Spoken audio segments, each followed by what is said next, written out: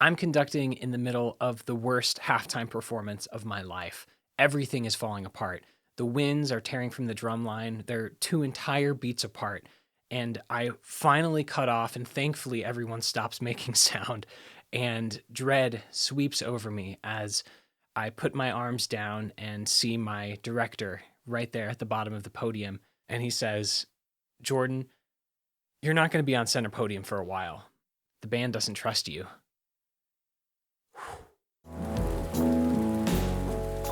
Hey Visionaries, my name is Jordan Habel, and here at Vision's Drum Major Academy, we are all about helping you become the confident, compassionate leader who is going to keep changing lives way beyond your time in front of a marching band. Drum Majors, we all fear a tear. We never want to be on the podium when everything comes crashing down, and so we need to be ready to prevent it in the moment. But the most important things happen before you ever step on the podium. We'll get to those in a minute. First, we need to start with what not to do. What you don't want to do is listen to the band, especially the front ensemble, to try to get your beat. It won't work. We'll explain why in a moment.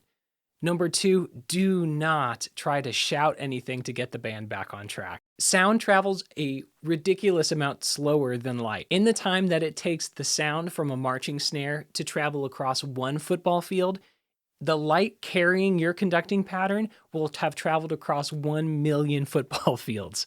So you conduct a beat, and the band almost immediately plays with your pattern, but that sound takes a while to get to you. If you conduct to what you hear, you're behind. You've slowed down by the amount of time that it took sound to travel. Now, imagine everyone is doing this from different parts of the field at different times, and all of this sound is hitting you. If you rely on your ears, trust me, bad stuff happens. So the question you're asking is, how do we solve that problem if you're on center podium and you need to fix it? Everything comes down to matching our hands with what we see on the field. Side drum majors are going to match what they see from the center podium drum major, and center podium drum majors are going to match what they see from the person on the field responsible for the beat. This is generally going to be your center snare. Once you've identified this person, you're going to look at their feet. After my disaster performance that I described earlier, I met with the center snare, and we decided that tear was happening because I couldn't see his feet at that point of the show. So what we decided is he would bob his head so I could visually get where the beat was from him and not have to rely on what I was hearing. Next, simplify your pattern. That means taking out anything extra, no expressive elements, no dynamics, nothing. What you want to focus on is a clear, consistent beat, because your one job in this moment is to get everyone back on track. Counterintuitively, that does not mean getting larger with your entire pattern. Sometimes if you have a larger pattern, you can slow down, which makes everything worse. The only exception is a strong and large beat one, because that's a lot of times where people are going to get back on track. Next, have a plan. Sometimes you know where that spot's going to be in the music, where things start to fall apart. And so talk to your director. Figure out, is this a place where I can go into stop time, which we'll cover in another video?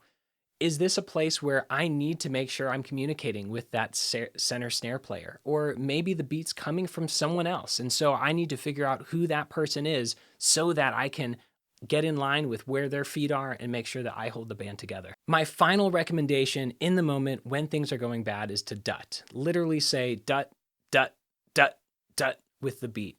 Remember what I said don't do a minute ago. You are not giving any kind of audio signal to the band. This is not for them. This is just for you. Because you have, think about it, all of these sounds coming at you from all of these different directions. And so by giving yourself quietly this audio cue of where the beat is based on what you see, you're able to better tune out all of this other information and just focus on getting the band back on track. The truth of the matter is, though, that this is really hard to practice, but there are a couple ways that you can do it while you're off the podium to prepare for the moment when a tear happens. All you need to practice for this is a friend and a metronome. With your friend, decide on what tempo from your show you want to set your metronomes to. Send your friend across the field who will start the metronome and start marking time to the beat that they hear. At the same time, you're going to turn on your metronome at the same tempo, but starting at a different time. And so you'll have to ignore what you hear and instead conduct to what you see from your friend across the field. Practice the techniques that we covered: dudding, simplifying your pattern, moving into whatever your plan is, whether that be stop time or something else.